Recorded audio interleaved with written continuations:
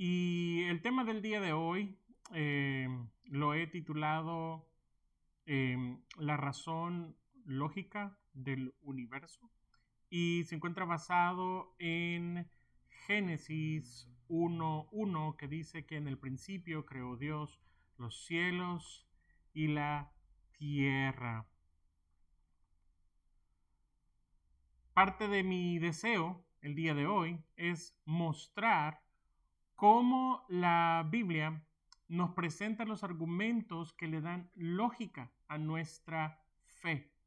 Esto es sumamente importante, sobre todo en un periodo de la historia como este, en el que estamos viviendo, cuando un grupo grande de los hombres de ciencia está comprometido con la filosofía del naturalismo. Quiero, antes de continuar, explicar un poco a qué me refiero.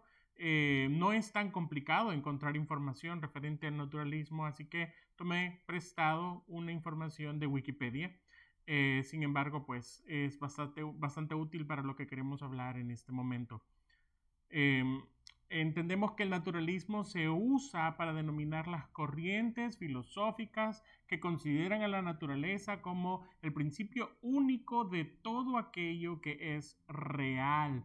Es un sistema filosófico y de ciencias que sostiene que no hay más que naturaleza, fuerzas y causas del tipo de las que estudian las ciencias naturales. Más específicamente, rechaza la existencia objetiva de algo sobrenatural que ocurre en las religiones humanas, viendo todas aquellas cosas, entre comillas, sobrenaturales como explicables en términos naturales. El compromiso de los científicos naturalistas es tal que están dispuestos a aceptar cualquier explicación, por muy descabellada que sea, siempre y cuando ésta aleje a las personas de la explicación creacionista y que todo lo que existe no sea atribuido a Dios. Así es como muchos famosos científicos se han envuelto en los temas como los Anunnakis, las teorías de los Nefilim, y cómo esto lo tratan de imponer como una alternativa a la creación. Han llegado al punto de en muchos canales supuestos de ciencia dedicarse específicamente a hablar de los extraterrestres. El naturalismo es el que ha abrazado lo que se conoce como la teoría de la evolución. Llamativamente, el naturalismo darwiniano se encuentra lleno de conclusiones y explicaciones sobre eventos que ocurrieron durante periodos de miles de millones de años, de los cuales ni tenemos pruebas, no han habido ensayos científicos que los acrediten como para hablar de ellos. Generalmente, de hecho, las conclusiones naturalistas son hechas en base a una porción de un hueso, una parte que era parte supuestamente de una osamenta entera. No es la osamenta entera, no es, por ejemplo, una cabeza entera, sino un huesito que podría ser o de aquí, pero que esto nos ayuda a entender cómo era un supuesto ser que vivió hace miles de millones de años. Un poco contradictorio, porque por ejemplo los huesos humanos que no pasan por un proceso de momificación se vuelven polvo antes de los 100 años. Es más, lo que muchas veces queda del ser humano solo son sus dientes y su pelo, al igual que el de los animales. Aquí quiero cerrar este pequeño paréntesis porque mi intención no es hablarnos de los naturalistas, sino más bien presentar argumentos para los creyentes referente a la lógica de nuestra fe. Es así, literalmente, que la ciencia de hoy en día se ha llenado de naturalistas que crean sus propias teorías con la intención de alejar a las personas de la concepción creacionista y a su vez señalan el concepto creacionista como irracional, como señalan a la fe como literalmente la fe requiere de no tener un cerebro, de no pensar, cuando sus propias teorías requieren de una cantidad ridícula de fe, hablando de gigantesca, una fe gigantesca para creer todo lo que todo lo que dicen con respecto a un huesito, o a miles de millones de años de los cuales no tienen ninguna prueba científica, hablando de ciencia. Ahora, como creyentes, entendemos lo que dice Primera de Corintios 2:14, que dice, pero el hombre natural no percibe las cosas que son del Espíritu de Dios, porque para él son locura y no las puede entender, porque se han de discernir espiritualmente. Pero asimismo, la Escritura nos presenta a nosotros que podemos tener una fe con fundamentos lógicos, teniendo como base a la misma persona de Dios. Él es quien nos ha dado su palabra para dejarnos saber aquello que es verdadero, aquello que ocurrió no porque alguien se imaginó que así ocurrió, sino porque Él nos cuenta cómo hizo que las cosas pasaran. Así dice, por ejemplo, el libro de Isaías 40, en el capítulo 46, versículos 9 al 10. Dice así: acordaos de las cosas pasadas desde los tiempos antiguos, porque yo soy Dios y no hay otro Dios, no hay semejante a mí, que anuncia lo por venir desde el principio y desde la antigüedad y lo que aún no era hecho, que digo, mi consejo permanecerá y haré todo lo que quiero. Y es por esta afirmación, mis amados hermanos, que tenemos certeza al decir con claridad que la propuesta de cristianismo bíblico, la propuesta de una vida cristiana apegada a las Escrituras, es la única forma lógica y congruente de vida que existe. En las Escrituras hay mucha más lógica y sabiduría y conocimiento de lo que muchas personas creen.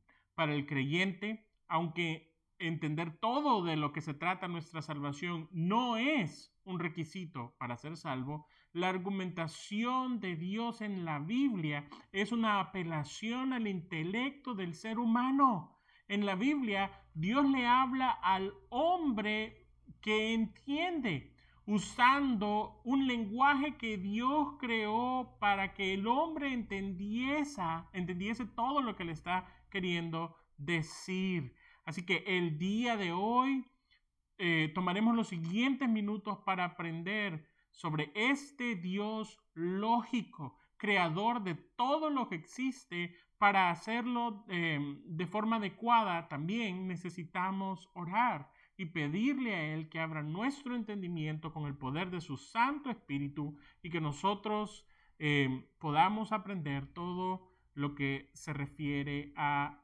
cómo Él literalmente le da lógica a nuestra fe.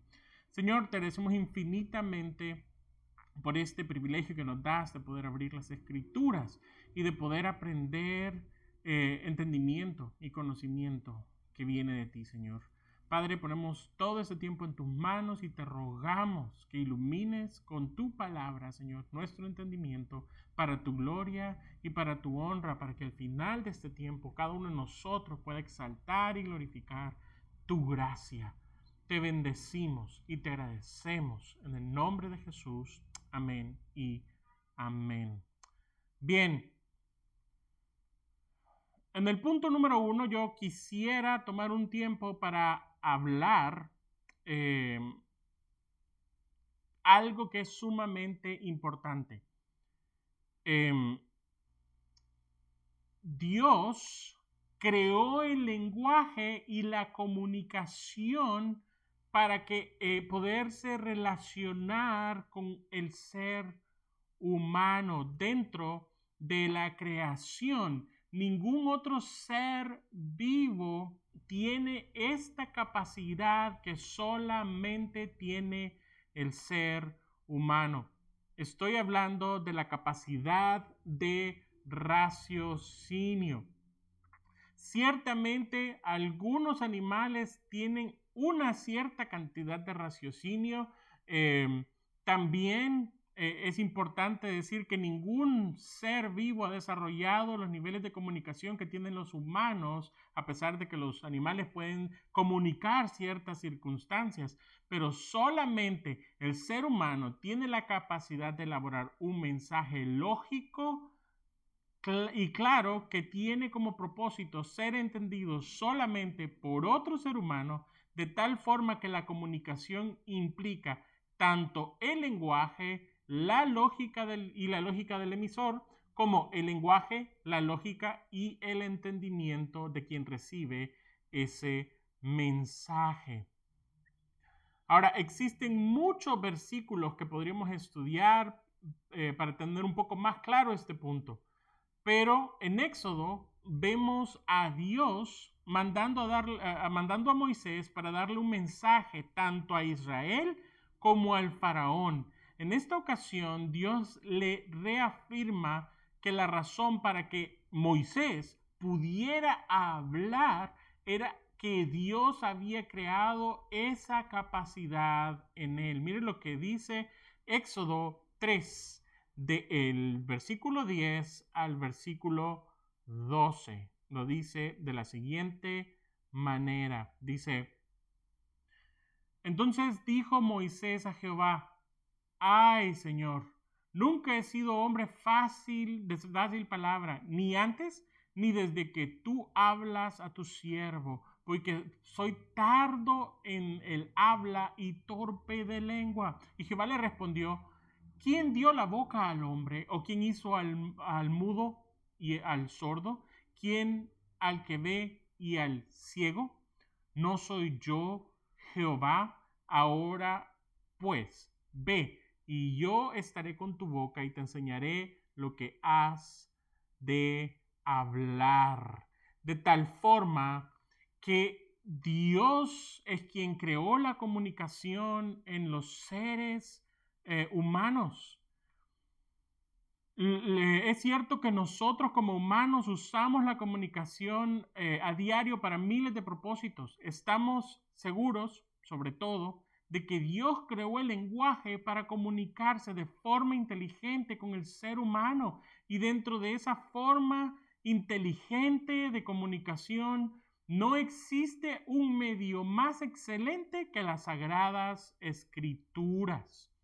De manera que la lógica y la inteligencia están involucradas en la creación del ser humano, fueron puestos ahí de forma intencional por Dios y se manifiestan en el hablar, en la comunicación humana. Y de parte de Dios, la comunicación por excelencia con el hombre son las escrituras. Dentro de la escritura, cada axioma es un apelativo de parte de Dios dirigido a nuestro intelecto.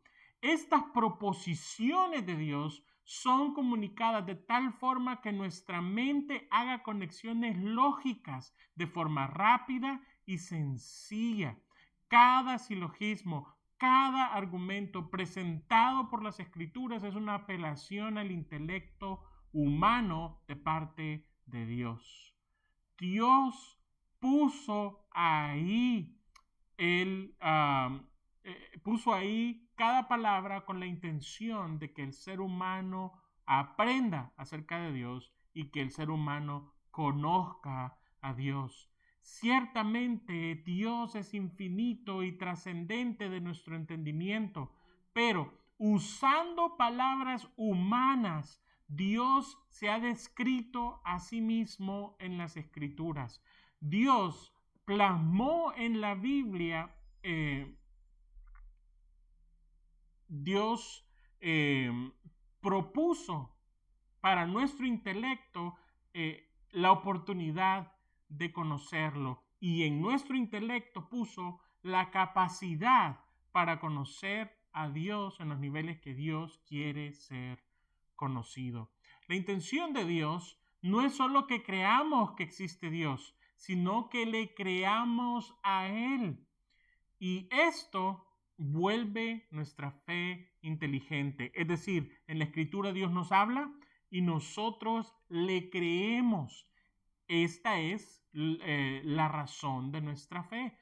¿Por qué creemos lo que creemos? Porque Dios lo dice, porque Dios nos contó cómo ocurrió todo. Y es ahora cuando finalmente estamos listos para ver Génesis 1, el versículo 1. Vamos a ver lo que dice. Dice, en el principio creó Dios los cielos y la tierra. Vamos a ir por orden. Lo primero importante de señalar es la frase en el principio. Estas tres palabras implican muchísimo. Y lo primero que necesitamos saber es que estas tres palabras implican que, en primer lugar, antes del principio no existía lo que nos va a contar después, lo que nos va a narrar después. Yo sé que esto literalmente suena como demasiado obvio, pero voy a comenzar con una de estas cosas que fueron creadas en ese momento y que son trascendentes. En primer lugar, Dios creó el tiempo. Dios creó el tiempo. Antes de esta frase, no existe una forma de tomar en cuenta el tiempo, una forma de medir el tiempo. En segundo lugar, lo que se creó es la materia. Y es interesante que este versículo da un respaldo a aquello que nos dice la ciencia en la teoría de la relatividad, cuando nos dice que el tiempo y el espacio coexisten necesariamente de forma interdependiente.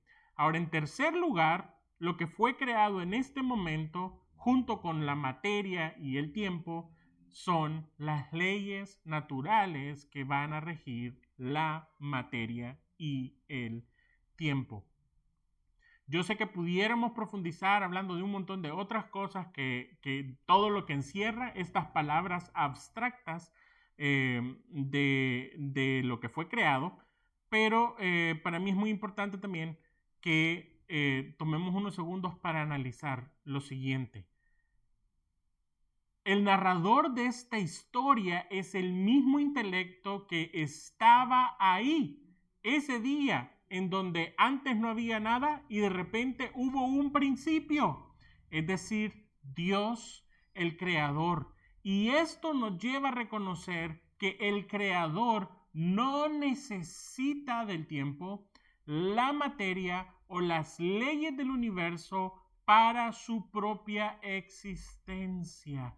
Todas estas cosas no existían antes del principio, pero Dios sí existía antes de que hubiese materia, antes de que hubiese tiempo y antes de que hubiesen leyes naturales. Por eso nos dice el salmista en el Salmo 102, lo dice de la siguiente manera, dice, desde el principio tú fundaste la tierra, los cielos son obra de tus manos.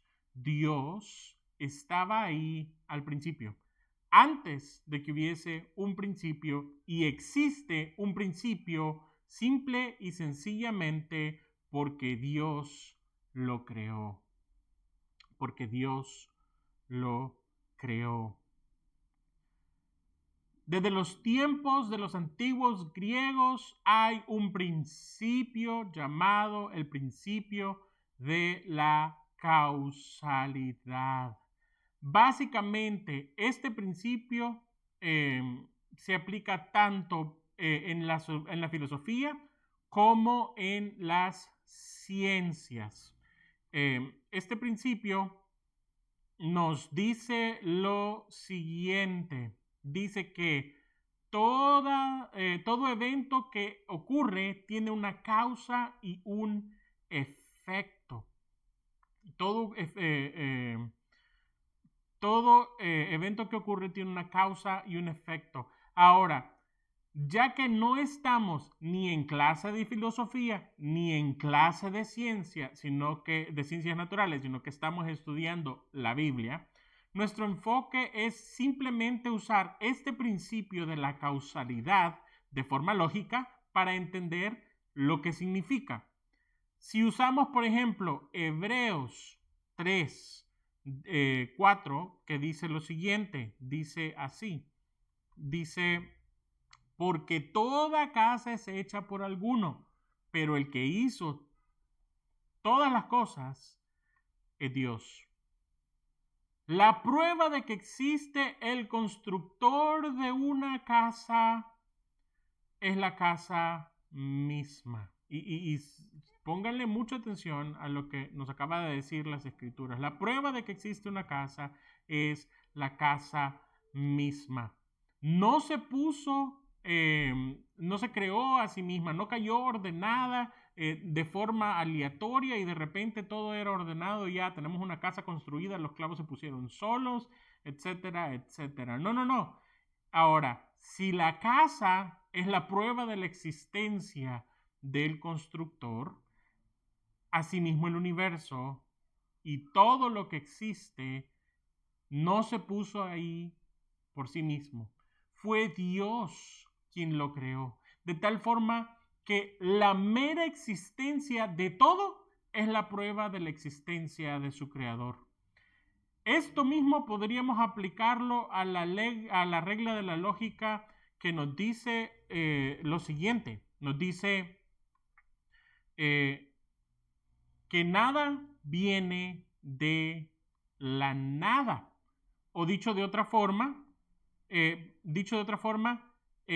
la nada solamente va a producir nada. Hay una forma matemática de explicarlo y es así, es 0 más 0 es igual a nada. De tal forma que si antes no existía nada y luego existieron las cosas, tenemos un problema. Porque si la nada produce nada, si 0 más 0 es igual a 0 y sin embargo todo existe.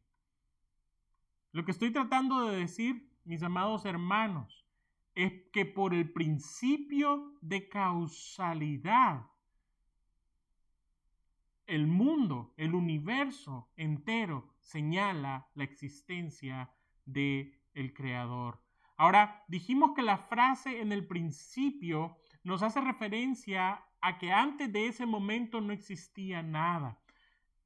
A esto los teólogos lo llaman la creación ex nihilo, que significa creación de la nada. De nuevo, creación ex nihilo. Yo sé que es una palabra difícil, pero así es como lo explican los teólogos. Ya que no existía una materia de la cual Dios creó el universo en esa frase de en el principio.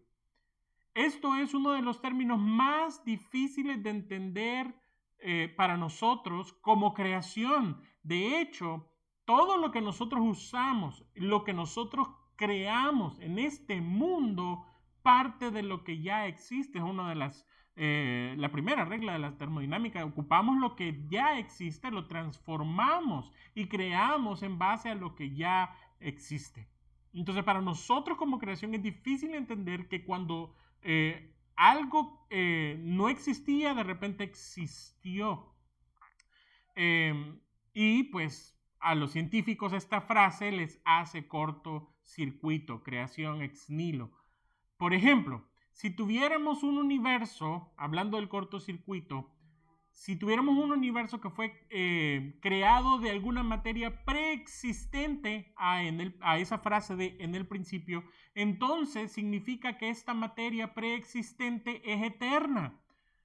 Pero eso convertiría la materia en Dios, porque se supone que la materia, únicamente entendemos como un atributo de la divinidad, la eternidad, por lo cual no es válido decir que había materia que es eterna y que de ahí parte todo. Y esto pues pone mucho en duda o en jaque la teoría del Big Bang, a pesar de haber sido creado por una persona cristiana. Por otro lado, si la materia estaba ahí antes del principio del que nos habla Génesis 1.1, ¿quién la puso ahí? ¿Por qué está ahí antes de hacer explosión en el Big Bang? Pero en la práctica, por causa del desgaste, y hemos visto y seguimos viendo que todas las cosas en esta vida tienen una duración, se desgastan y posteriormente a esto viene su fin. Esto es lo que afirma la segunda ley de la termodinámica, que por causa de el desgaste, todo en el universo tiende a tener un tiempo límite. Simplemente desaparece por causa del desgaste, se deshace. Y bueno, en esta dirección, diversos científicos han llegado a la conclusión que sí, que nuestro universo viene de la nada. Entre ellos, este famoso científico ateo llamado Stephen Hawking. Si ustedes recuerdan, Stephen Hawking en un principio era ateo, después se convirtió en creyente y posteriormente regresó a ser ateo porque pues básicamente él no encontró una forma de comprobar la existencia de Dios, lo cual es un poco contradictorio, es como literalmente un pez en el océano pidiendo pruebas de la existencia del océano. Pero bueno, estamos en un universo que nos grita que hay un creador. Ahora, Stephen Hawking acepta de que no había nada antes del principio.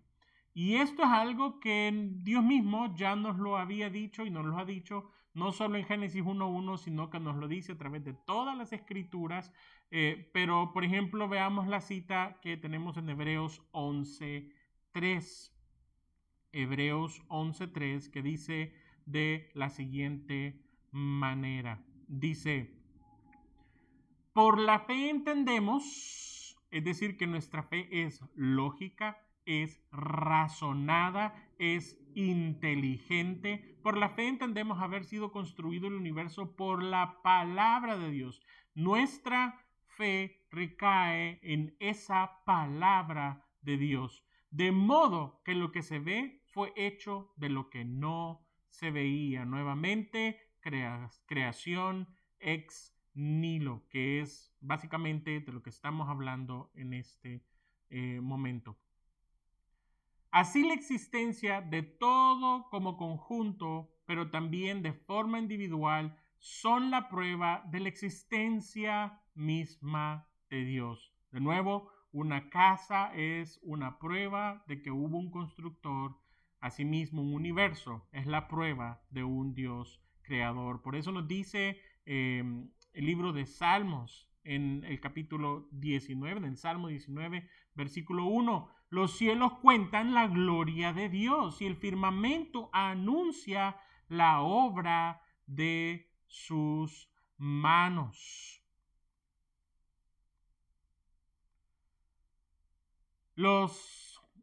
Por esto es que los antiguos filósofos como Sócrates, Platón y Aristóteles, con la simple observación, llegaron a la conclusión de que el orden en lo creado apunta directamente hacia el creador.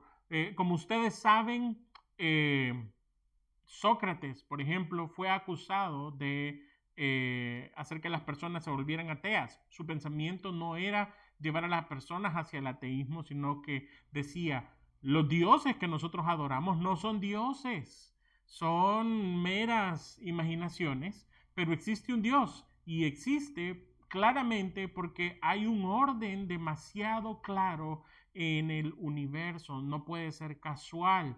Sócrates también apuntó que los valores morales de la sociedad, a pesar de ser imperfectos, señalan a valores morales absolutos, perfectos, que solo podrían ser atributos de un ser perfecto como Dios.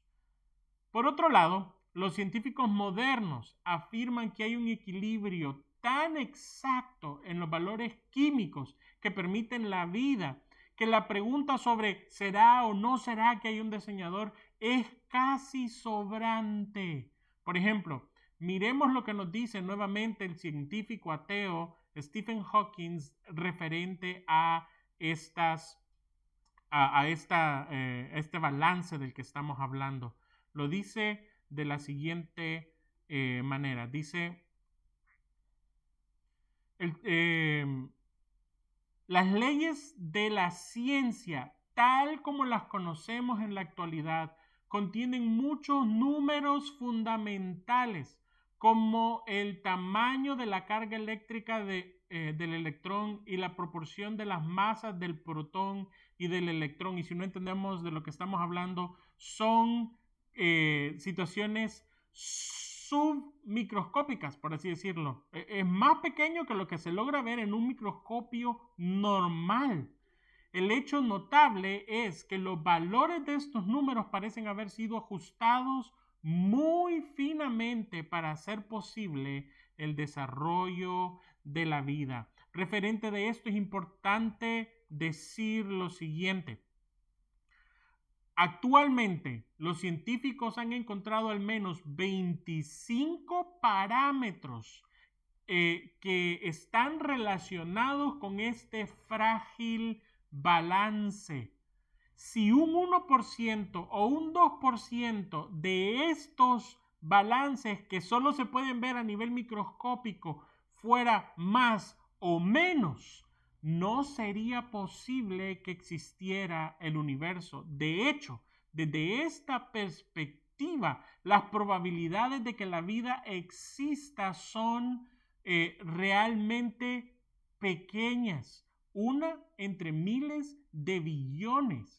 Ahora, en la simple observación, los científicos concluyen aquello que la Biblia nos dice en Romanos 1:20, cuando nos dice de la siguiente manera, dice, porque las cosas invisibles de Él, hablando de Dios, su eterno poder y deidad se hacen claramente visibles desde la creación del mundo, siendo entendidas por medio de las cosas hechas, de modo que no tienen excusa. Ahora, es justamente en este momento que es importante que nosotros definamos quién es Dios, porque es lo que sigue en el verso que estamos estudiando. La Biblia nos enfatiza cómo la deidad de Dios no está relacionada o dependiente a la existencia de lo material o de lo inmaterial. Dios no necesita estas cosas para existir. Por ejemplo, nos lo dice claramente en el Salmo 92, cuando nos dice de la siguiente manera, nos dice, antes que nacieran los montes y formases la tierra y el mundo, desde el siglo y hasta el siglo, tú eres Dios. Dios no necesita absolutamente de nada para ser Dios. Pero, por el otro lado, todo lo que existe necesita a Dios para existir y necesita a Dios para subsistir. Imagínense cómo es el ser humano que necesitando de Dios para subsistir se rebela contra Dios y aún dice que no existe. Y es por esto que es tan maravilloso ver por unos segundos lo que significa el nombre de Dios. El nombre de Dios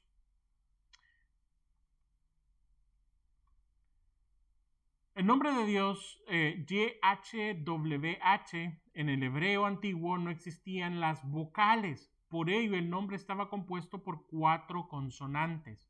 Pero eso también representó un gran reto al traducirlo al español. Así que los traductores al español decidieron tomar estas 4 consonantes y unirlo con las vocales de la palabra Adonai. Así, en una combinación, crearon o tradujeron el nombre del YHWH como Jehová. Algunos lo tradujeron como Yahvé, pero pues básicamente este nombre que en el hebreo lo mencionan como Yahweh, lo poderoso de él es su significado. Su significado es: yo existo por mí mismo. Nuestra existencia como efecto de la existencia de Dios atestigua que existimos. Dios es nuestra causa, nosotros somos el efecto, pero la única razón de la existencia de Dios es su propio ser. Esto es a lo que normalmente los filósofos le llaman la ontología de Dios. El hecho de que Dios, por ser Dios, no necesita nada más que a sí mismo para existir. Y esta palabra ontológica, que es un poco como muy sofisticada, que casi no usamos, literalmente significa aquello que pertenece a la esencia de lo que estamos hablando. El hecho, por ejemplo, de que Dios es divino, es decir, que Él es Dios, que Él es todopoderoso, que Él es justo, que Él es santo, que Él es omnisciente, que Él es omnipresente, etcétera, etcétera, etcétera. Esto es la ontología de Dios. Es interesante que usando este término, los filósofos argumentan que ontológicamente, es decir, pensando solo en aquellas cosas que son parte de la esencia de Dios, ellos dicen que si existe una sola probabilidad de que Dios exista, entonces Dios existe, por el simple hecho que ontológicamente Dios es todopoderoso. Yo sé que, insisto, estas palabras suenan como muy confusas, pero básicamente, si Dios en esencia es divino, entonces, con una sola probabilidad entre miles de millones de billones de que exista, Él existe. Ahora, mirando hacia nuestra raza, encontramos en el ser humano ciertas nociones de la existencia de Dios. Por ejemplo, adoraron a la lluvia al ver que cuando la lluvia venía, hacía que el suelo se volviera fructífero, y por ello terminaban adorando a la lluvia. Todo obviamente se explica desde la perspectiva de que el ser humano caído tiene una mente caída y que le cuesta buscar a Dios, o de hecho no puede hacerlo de forma natural. Pero la Biblia nos dice, por ejemplo, en Mateo 5, referente a la lluvia, y es importante saber esto, nos dice: para que seáis hijos de vuestro Padre que está en los cielos, que hace salir su sol sobre los malos y los buenos, y hace llover sobre justos e injustos. El hecho de que científicamente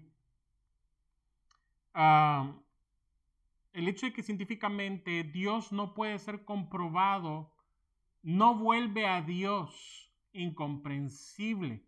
Lo que demuestra son las limitaciones de la ciencia. Aún no han encontrado una forma de estudiarlo y de aprenderlo dentro de un laboratorio. Y sin embargo, la mera existencia de la ciencia es el resultado de un Dios lógico, creador del universo, que ha puesto ahí las leyes de tal forma, las leyes naturales, que puedan ser entendidas, estudiadas por el ser humano y aún que puedan ser usadas para el bien de la humanidad.